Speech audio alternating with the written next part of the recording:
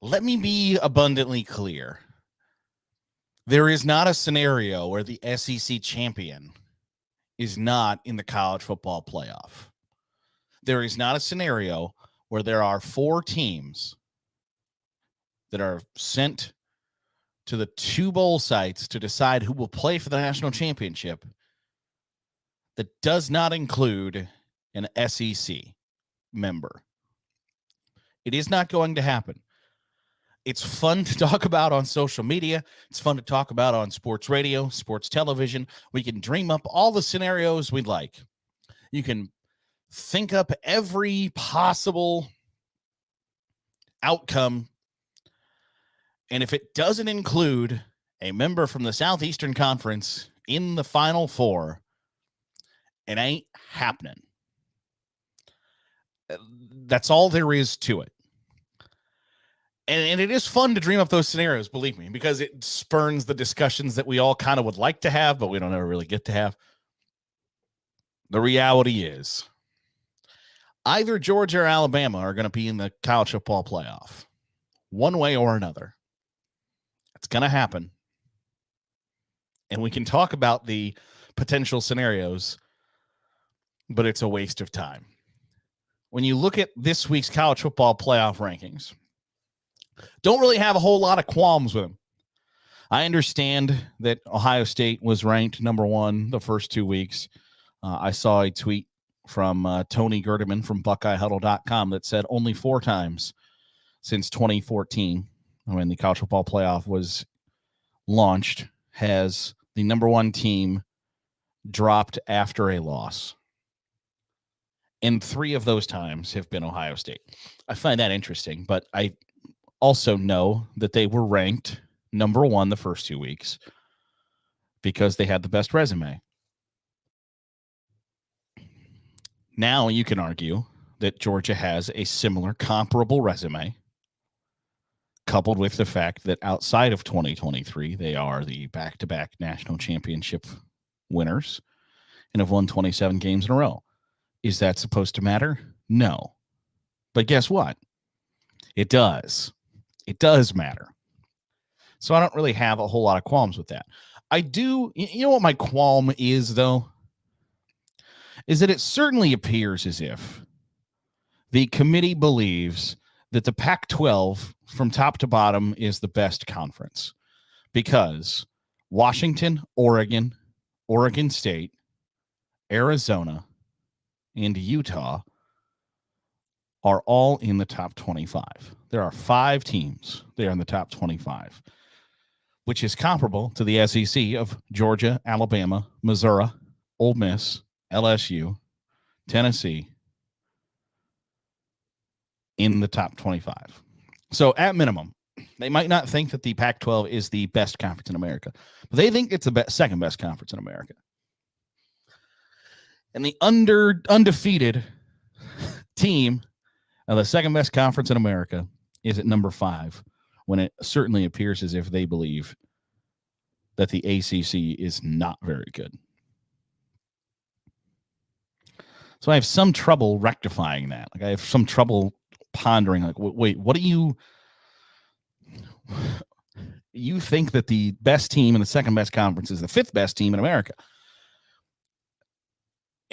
And I wonder where that eye test / resume that we've talked about the last couple of weeks comes into play there, of like, okay, when, like, is the top 4 based on resume and then 5 through 25 is eye test, and that's why Washington hasn't been lifted into the top 5 yet, into the top 4 yet?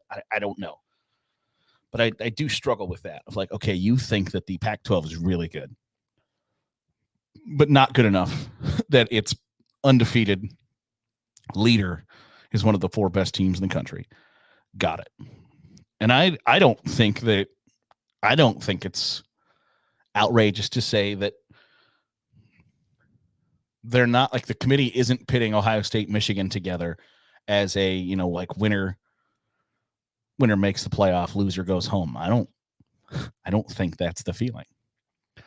But when you look at teams 1 through 8, and I've consistently said Alabama being at number 8 is where the cutoff is right now.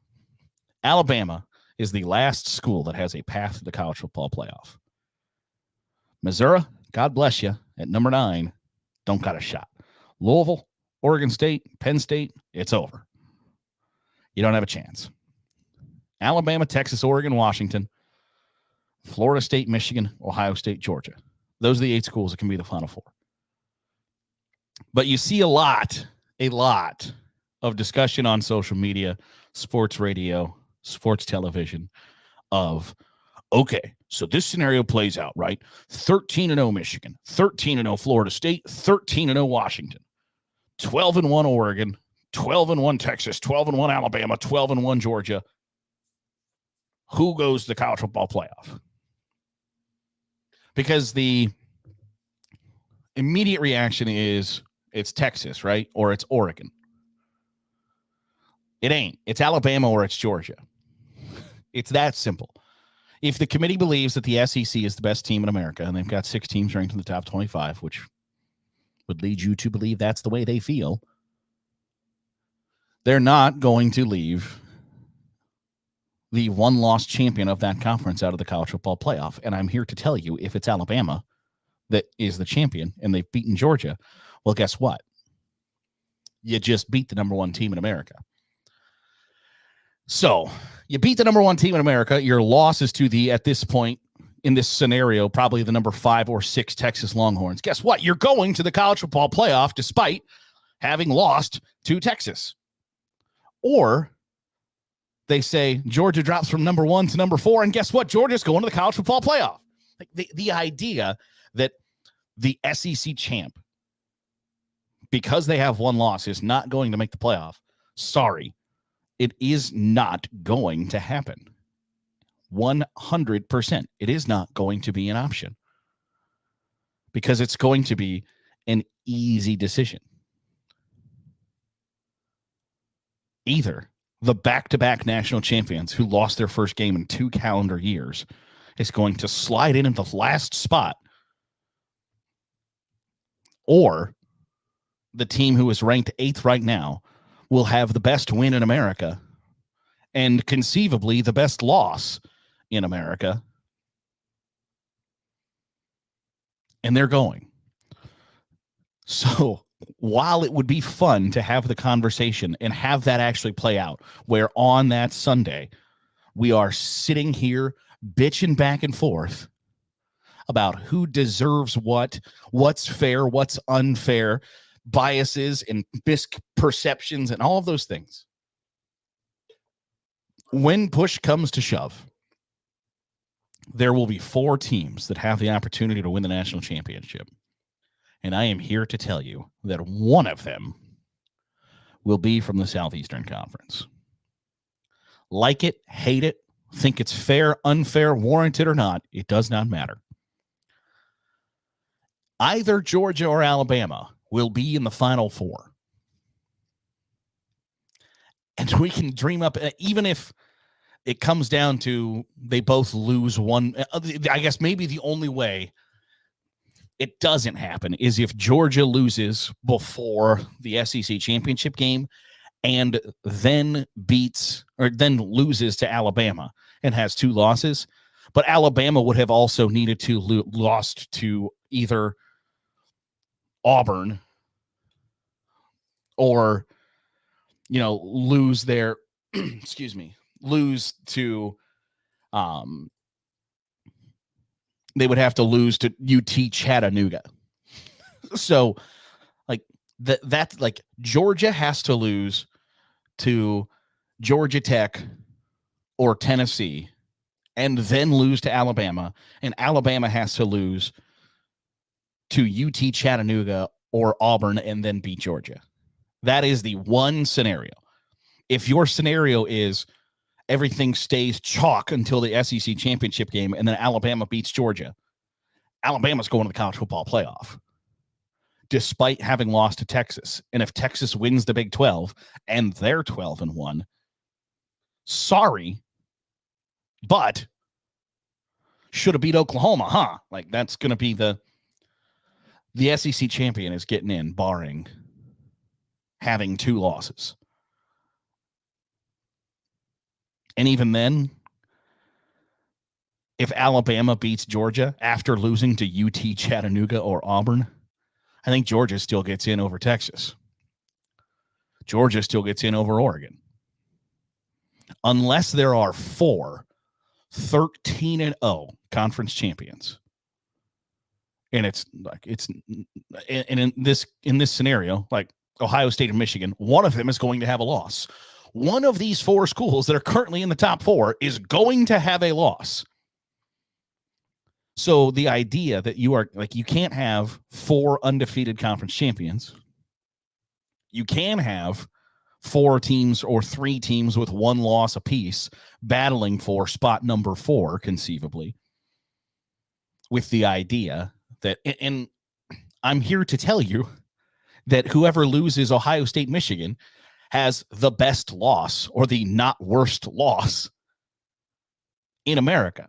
So they're not going to be damaged all that much for it. And will tell you, I will die on the hill of like whoever loses that game doesn't really have a gripe of like what else you did throughout the rest of the season. You got an opportunity to prove you're one of the 4 best teams in the country by beating one of the 4 best teams in the country. If you didn't take it, that's on you, brother. But I'm here to tell you that whoever loses, if they were to play this Saturday, it would be number 2 versus number 3. Whoever loses that game has the best loss. So you're not going to drop all that far. You're not going to drop from, if Ohio State's number 2 and they lose to Michigan, they're not going to drop to number 9. They're going to drop to number 5. If Michigan loses to Ohio State, they're not dropping to 8. They're dropping to 5. And they're on the outside looking in and waiting and hoping that Florida State and Georgia both lose, or Washington loses to Oregon, whatever the case may be. We can sit here and dream up all sorts of scenarios. There is a scenario where I think there's like a 4-way tie in Nebraska ends up being the winner of the Big Ten West.